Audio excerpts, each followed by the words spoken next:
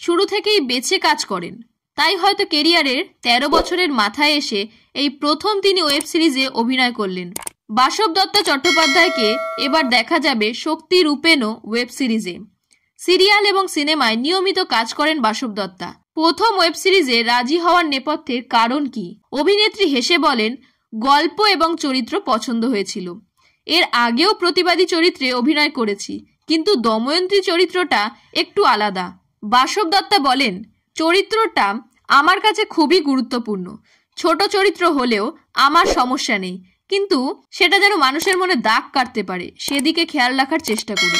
মাঝে ছোট পর্দা থেকে 3 বছরের বিরতি নিয়েছিলেন বাসব দত্তা। তার ঝুলিতে রয়েছে আসা যাওয়ার মাঝে, রক্ত রহস্য, অভিযানের মতো ছবি। তারপরেও তাকে ছবিতে কম দেখা যায় কেন? বাসব দত্তা বললেন, যখন চুটিয়ে সিরিয়াল করতাম ডেটের সমস্যায় অনেক কাজ করতে পারিনি, আবার অনেকেই ডাকবেন বলে পরে আর যোগাযোগ করেননি। কথা প্রসঙ্গেই একটি তিক্ত অভিজ্ঞতা শোনালেন বাসব দত্তা।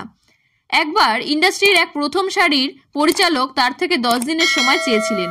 সেই মতো সিরিয়াল থেকে বিরতিও নেন অভিনেত্রী, কিন্তু সেই কাজে তিনি শেষ পর্যন্ত সুযোগ পাননি। বাসব দত্তা বললেন, খবরের কাগজে পড়ে জানলাম আমার জায়গা অন্য কেউ সুযোগ পেয়েছে। আমি পরিচালককে কড়া ভাষায় মেসেজ করে জানিয়ে দিয়েছিলাম যে ওর সঙ্গে আর কোনোদিন কাজ করব না।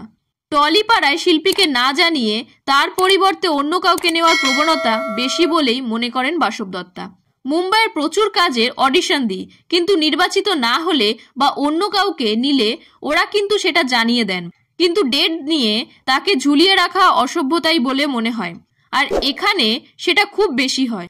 তবে এর ব্যতিক্রমও যে রয়েছে সে কথাও উল্লেখ করতে ভুললেন না অভিনেত্রী।